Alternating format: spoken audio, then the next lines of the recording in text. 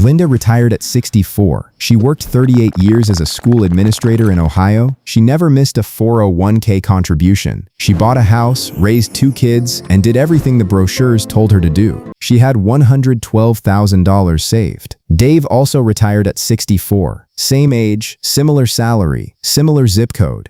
He had $680,000 saved. Neither of them inherited money. Neither of them had a trust fund. Neither of them did anything brilliant or reckless. They just ran different math, and only one of them knew it. Now here's the number that keeps me up at night. The median retirement savings for Americans at age 65 is $87,000. Not $87,000 per couple. That's the median. Half the country hits 65 with less than that. What's the pattern? They all believe the same story, and the story was always wrong. The story goes like this: work hard, save consistently, and at 65, your 401k, your Social Security, and your home equity click together like a machine and produce a comfortable retirement. 3 sources of income, 3 legs on a stool. Sit down, you've earned it. Here's the thing: that stool had 2 legs sawed off and the third one set on fire. And the financial industry spent 40 years telling you it was fine, because pointing that out doesn't sell products. My name is Nico, and I've been obsessing over this math for over a decade. I have several $100,000 personally invested. I run my own business. I work with accountants and fiscal lawyers. I've read the IMF's pension sustainability reports. I've gone through the BIS data on household savings rates across aging economies. And the conclusion I keep landing on, every single time, is that most people are building their retirement plan around numbers that were already wrong when they first heard them. If you're someone who feels like you're doing everything right but the destination keeps moving further away, subscribe and like this video. It will help more than you think. Here's what we're actually doing today. I'm going to show you the actual month-by-month arithmetic of a middle-income retirement. The real numbers, not the brochure numbers. We'll break down why the 3-legged stool was never designed to hold your weight. Explain how 2 people with identical salaries and identical starting points end up in completely different places. And most importantly, I'll give you the specific moves that change which category you land in. This isn't about motivation. It's about the actual mechanical systems that either give you freedom or create a new prison with better furniture. By the way, I built a free retirement sequence of returns stress tester because most online retirement calculators assume a flat 7% return every single year in a straight line. That's not how markets work, and it's not how sequence of returns risk actually destroys retirement portfolios. This tool uses historical drawdown sequences going back to 1926, Vanguard's own methodology, to show you what your plan looks like in the worst 10% of historical scenarios, not just the rosy average. I only ask for your email to send the report. I don't store your financial data. Link is in the description. Hundreds of people have already used it, and a lot of them did not enjoy what they found. That's the point. Now, the stool. Think of your retirement income like a 3-legged stool. First leg, a pension or defined benefit plan, a guaranteed monthly check for life regardless of what the market does. Second leg, Social Security, another check, indexed to inflation for life. Third leg, your personal savings, your 401k, your IRAs, whatever you manage to accumulate over a 30-year career. In 1975, most middle-income Americans had all 3 legs, a pension from their employer, Social Security, and personal savings on top. The stool held. Here's where it gets dark. The first leg got sawed off between 1980 and 2000. Corporate America quietly replaced pensions with 401ks, shifting the investment risk entirely from the company onto the employee. In 1983, 62% of private sector workers had a defined benefit pension. By 2020, that number was 12%. Same workers, same jobs, different system. Nobody voted on it. There was no announcement. It just happened, company by company, decade by decade. The second leg, Social Security, is wobbling. At current payout rates, the trust fund runs a cash deficit somewhere around 2033. Benefits would automatically cut by roughly 23% unless Congress acts. Now, Congress will probably do something, but probably isn't a retirement plan, and I wouldn't build my financial life on it. And the third leg? Your personal savings? Let me show you the math on what $87,000 actually buys a 65-year-old. Before I run those numbers, I want to show you why this is an old problem dressed in new clothes. Because the financial industry loves to frame every crisis as unprecedented, as if this time it's different and there's nothing you can do. History says otherwise. Go back to 1965. The United States is coming off the greatest economic expansion in human history. Full employment, rising wages, defined benefit pensions covering the majority of private sector workers. The GI generation is heading into retirement and they're doing fine. Then inflation starts creeping up, quietly at first. By 1973, it's running at 8.7%. By 1979, it hits 13.3%. The Federal Reserve, under Arthur Burns and then G. William Miller, keeps interest rates too low for too long. They're worried about unemployment. They're worried about slowing the economy. Reasonable concerns, and in pursuing them, they quietly annihilate the purchasing power of every American who saved in dollars. By 1982, someone who retired in 1965 with $100,000 in savings, which was a genuinely solid nest egg at the time, had the real purchasing power of about $38,000. They didn't lose money in a crash. They didn't make a bad investment. They held cash and bonds, exactly as they'd been told. And inflation erased 62% of their real wealth over 17 years while they watched. Here's the kicker. Social Security's cost of living adjustments are indexed to CPI, but retirees spend disproportionately on healthcare and housing, the two categories that consistently outpace the broader CPI basket. So even with the COLA adjustment, retirees on fixed incomes fall further behind in real terms every year. It's not dramatic. It's quiet. It compounds. So what does 1965 have to do with today? Everything, because the same structural mechanism is operating right now. Inflation from 2021 through 2024 ran hotter than any period since that era. The people who got hurt worst weren't speculators. They were retirees and near retirees who'd been told their savings were safe. The cruel irony is that the people who get hurt the worst are the ones who did everything right. Let me show you the math. Specifically, I want to show you what happens to that $87,000 in practice and why the stool collapses so much faster than anyone expects. Linda is 65, 38 years of contributions. She has $112,000 in her 401k, slightly above median, but not by much. She also receives Social Security of $1,850 a month, which is close to the national average for a mid-career earner.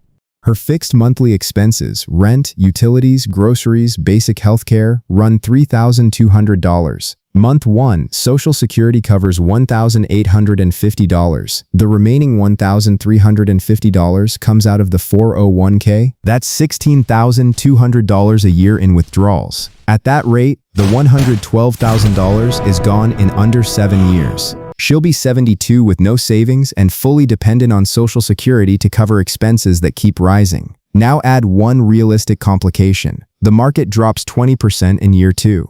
Her $112,000 becomes $89,600 after that first year of withdrawals. She still needs $1,350 a month. The savings are gone by 71. She has 20+ years of potential life left with no third leg. And here's what most financial plans don't model honestly. Healthcare. Average out-of-pocket healthcare costs for a 65-year-old run roughly $6,800 per year. By 75, that climbs to over $11,000. Medicare doesn't cover dental, vision, or long-term care.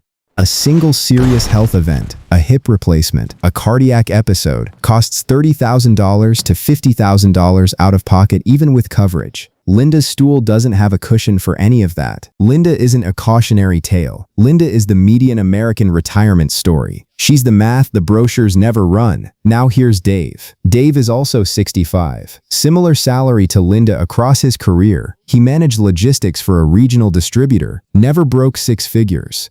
But Dave made 2 decisions differently. First, he started contributing at 28 instead of 38. Second, he never touched his contributions when things got hard. Not in 2001, not in 2008, not during the 2020 crash when his statement looked like a crime scene. Dave has $680,000. He takes $2,200 a month from the portfolio, about 3.9% annually, just under the safe withdrawal threshold. Combined with $1,950 from Social Security, he has $4,150 coming in every month. His expenses are $3,400. He has a $750 monthly surplus. He can absorb a bad year. He can absorb a bad 5 years. His stool has 3 legs and none of them are on fire. Same starting income, same zip code, same economic environment, different outcome.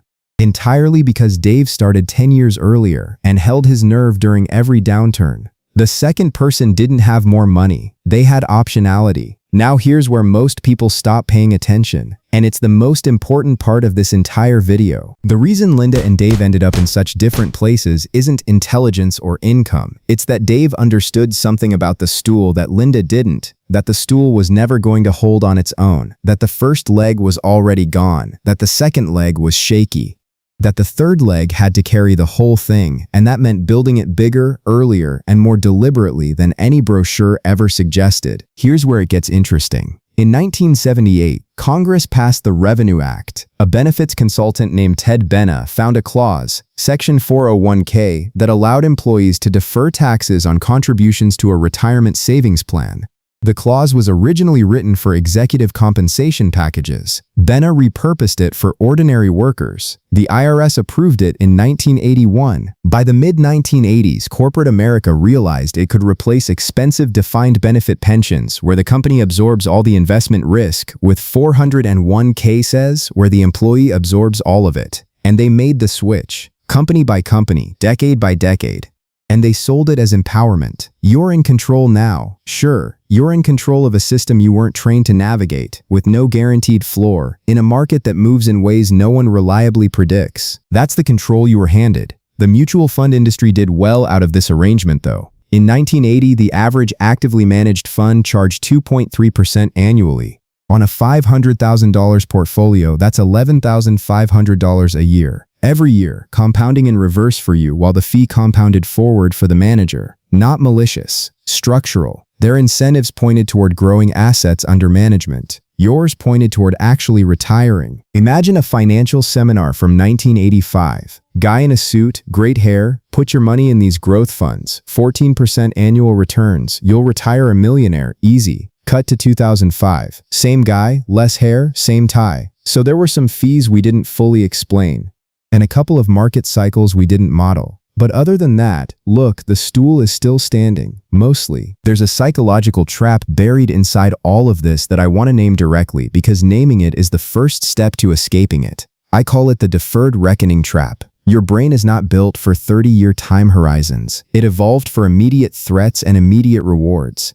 An abstract balance in an account you can't touch until 59.5 doesn't feel real today. The $500 you'd have to not spend this month to contribute more feels very real. So you spend it every month for decades and you tell yourself you'll catch up later. Here's what catching up actually costs.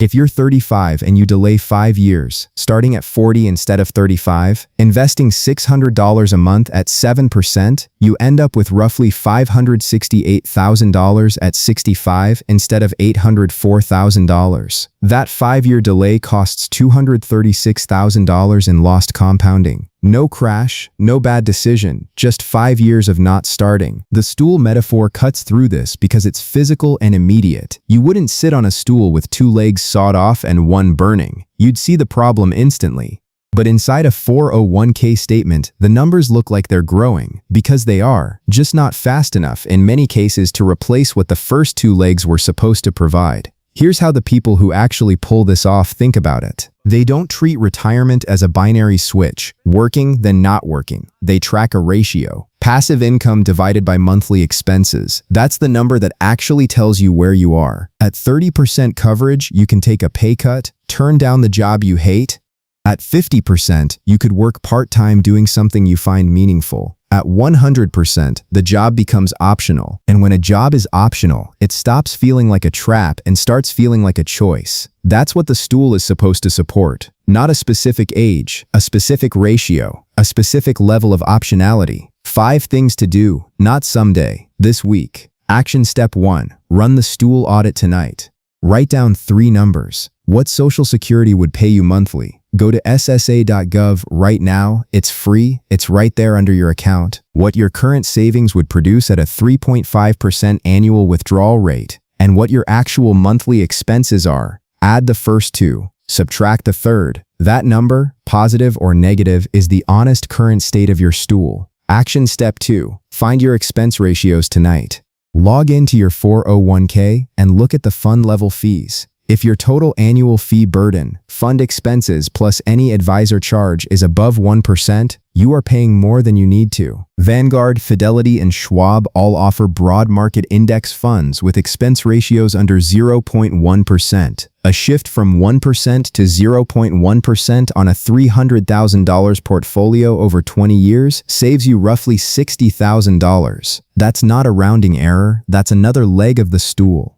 Action step 3. If you're over 50, you can contribute an extra $7,500 per year to your 401k on top of the standard limit. They're called catch-up contributions, and most people in that bracket are not using them. If you're not over 50, increase your contribution rate by 1% right now, not next year, today. Your future self won't miss the 1% of take-home. Your future self will absolutely notice the compounding difference in 20 years. Action step 4. Start tracking your passive FI ratio quarterly. Passive income divided by monthly expenses. Write it down, watch it move from 5% to 10% to 20%. When you see it move, the abstract becomes concrete. Concrete is what changes behavior. A number you track is a number you control. Action step 5. Build 12 months of expenses outside the market in a high-yield savings account. Right now, those are paying around 4 to 4.5% annualized.